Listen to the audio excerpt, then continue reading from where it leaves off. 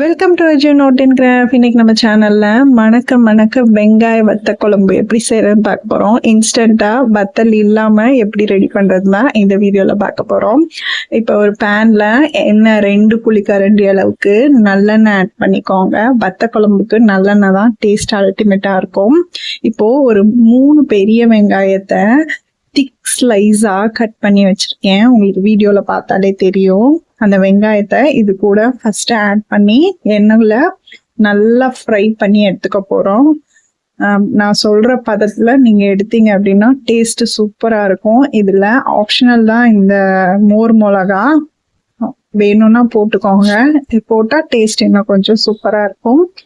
ஒரே ஒரு மோர் மிளகா எடுத்து அதுல ஆட் பண்ணி நல்லா ஃப்ரை பண்ணிக்கிறேன். இப்போ இந்த அளவுக்கு பாத்தீங்கன்னா தெரியும், வெங்காயோட அரோமா மட்டும் வந்திருக்கு. கண்ணாடி பதத்துக்கும் அடுத்த ஸ்டேஜ்ல நான் இந்த வெங்காயத்தை ஃப்ரை பண்ணி எடுத்து தனியா வச்சுக்கலாம். நல்லா எண்ணெயெல்லாம் வடிச்சிட்டு எடுத்து வச்சுக்கோங்க.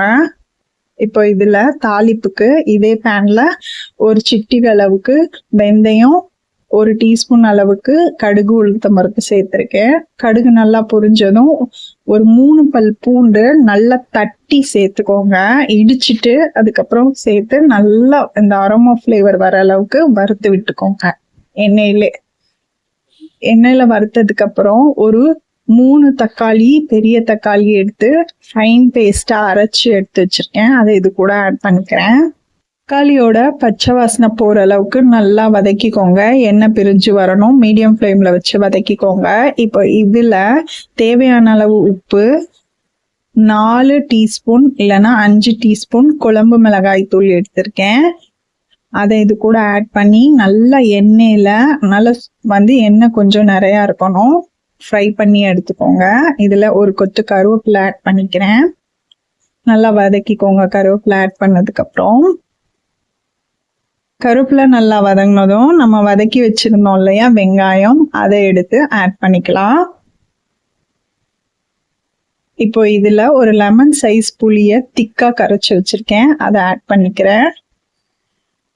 இப்போ இதுல மிக்ஸி ஜார்ல 1 டம்ளர் தண்ணி ஆட் சேர்த்துக்கிறேன். இப்போ இதுல குழம்பு ஒரு கொதி வந்ததுக்கு அப்புறம் ஒரு பெரிய துண்டு வெல்லம் எடுத்து சேர்த்துட்டு மீடியம் ஃப்ளேம்ல வச்சு ஒரு 5 மினிட்ஸ் குக் பண்ணீங்க அப்படின்னா கமன்னு வெங்காயம் வத்த குழம்பு ரெடி ஆயிடுச்சு. சுட சுட சாப்பாடோட ஊத்தி சாப்பிட்றதுக்கு டேஸ்டா அல்டிமேட்டா இருக்கும். நான் சொன்ன டிப்பெல்லாம் ஃபாலோ பண்ணி செஞ்சீங்க அப்படின்னா பர்ஃபெக்டான வெங்காய வத்த குழம்பு இன்ஸ்டன்டா வத்தலே இல்லாம செஞ்சிடலாம். இந்த மாதிரி நம்ம வத்தல் வாங்கணும், இந்த டைம்ல வத்தல் கிடைக்கல அப்படின்னா இந்த மாதிரி ட்ரை பண்ணுங்க. டேஸ்ட்டுக்கு நான் கேரண்டி. சுட சுட சாப்பாடோட ஊத்தி சாப்பிட்றதுக்கு அல்டிமேட்டான டேஸ்ட். அப்பளம் மட்டும் வச்சு சாப்பிட்டாலே டேஸ்ட் அவ்வளோ சூப்பரா இருந்துச்சு. முட்டை பொடி மாசோ இல்ல ஒரு கூட்டோ வச்சு சாப்பிடும் போது இன்னும் டேஸ்ட் அதிகமா இருக்கும். வீடியோ பிடிச்சா லைக் அண்ட் ஷேர் பண்ணுங்க. தேங்க்யூ.